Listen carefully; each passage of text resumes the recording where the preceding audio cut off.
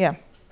Welcome back. About 2 weeks ago, the Nigerian Consul General to South Africa, Ambassador Uche Ajulu-Chukwu, joined in the launch of the Nigerian Identity Card, which can be presented to authorities in place of the Nigerian passports. And we understand the card was presented to President Muhammadu Buhari during his trip to South Africa for the African Union Summit by the President of the Nigerian Union, Mr Ikechukwu Anyene. He says the president promised to look into regularizing the documents, apart from the Nigerian passport being torn sometimes by security agents, and some people have lost theirs, while others have unknowingly rendered theirs redundant. Our correspondent in South Africa, Betty Dibia, caught up with the Nigerian Consul General and the president of the Nigerian Union in South Africa to explain the benefits of the card and where we're at with its legalization. The Nigerian Identity Card project, first of all, what necessitated it is because we have a high incidence of loss of Nigerian passports. For the simple reason that Nigerians go around with their passports, whether they are on the streets or anywhere, they have to go with their passports to identify themselves. And the Nigerian Immigration Service has come up with a list of new rules on the issuance of lost passports. We cannot just keep replacing passports. And when they put it at the back of their trouser pocket and they sit down, the chip, the inner chip, which makes the passport machine readable, breaks and renders the passport useless. So we are doing an identity card as an alternative. The identity card has all the information on the Nigerian passport. So we are in talks with the South African authorities to recognize the identity card as that of our nationals. That's why I sign it, that this person is a Nigerian, so he keeps his Nigerian passport at home. The passport is a travel and security document, so we need to accord some respect to the Nigerian passport. The card is for all Nigerians in South Africa.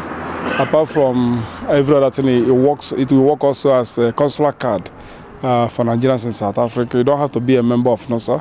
It's for all Nigerians in South Africa, whether you're a member or not.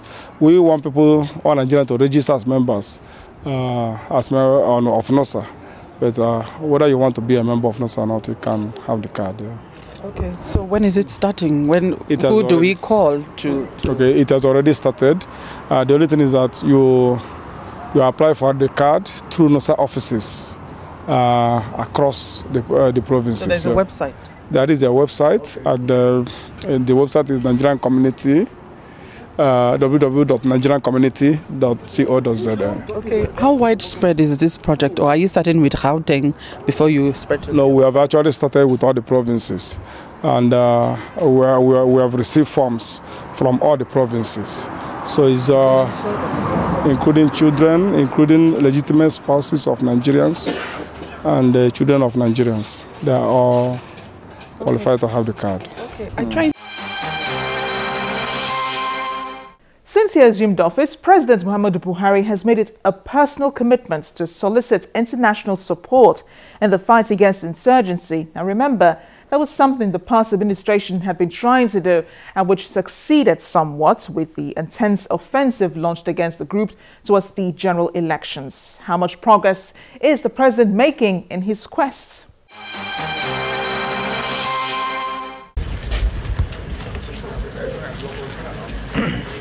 President Muhammadu Buhari has been reiterating a very short and precise message that Nigeria will win the war on terror in the country. The president had held a meeting with his joint military chiefs to discuss a strategy and announced later that the military intelligence would be relocated to Borno State, one of the worst hit by the Boko Haram attacks. But President Buhari has taken his campaign against insurgent group outside of the country. Since he became president, Mr. Buhari has held meetings with the presidents of Cameroon, Niger, Chad, the United States, and recently Benin Republic. More people have been killed by the insurgents from May to July in a battle which seems to be unfairly fought.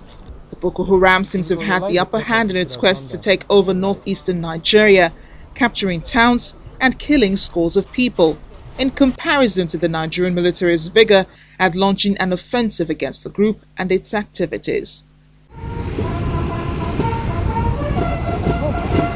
President Buhari has so far been able to draw commitments from the leaders of the countries visited.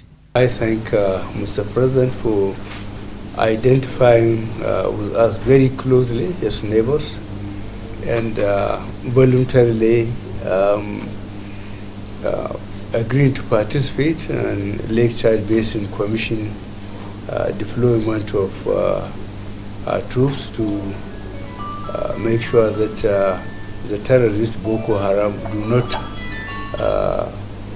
extend this way. With the recent establishment of the Joint Military Task Force, expectations are high that the insurgency will soon end. The president has been said to be a man of his word, and he's made the promise again and again that Nigeria will defeat Boko Haram. Nigerians have lived with fear and insecurity for far too long. The human and material costs of the insurgency in my country and to my people are staggering and unacceptable. Defeating Boko Haram and finding a durable solution to the underlying causes of the insecurity in Nigeria are therefore a major priority of the new administration. Nigerians understand that terrorism stifles development and undermines the stability of society. The government that I lead is committed and will do whatever it takes to free Nigeria from the menace of terrorism. No matter how long it takes, we will reclaim every inch of Nigerian territory that is under the control of Boko Haram. Nigerians are watching. The rest of the world is watching and hoping that this time a word will mean more than a promise. Coming up after the break, an analyst's view to the president's strategy to fighting Boko Haram. Or does he have one? To join us again.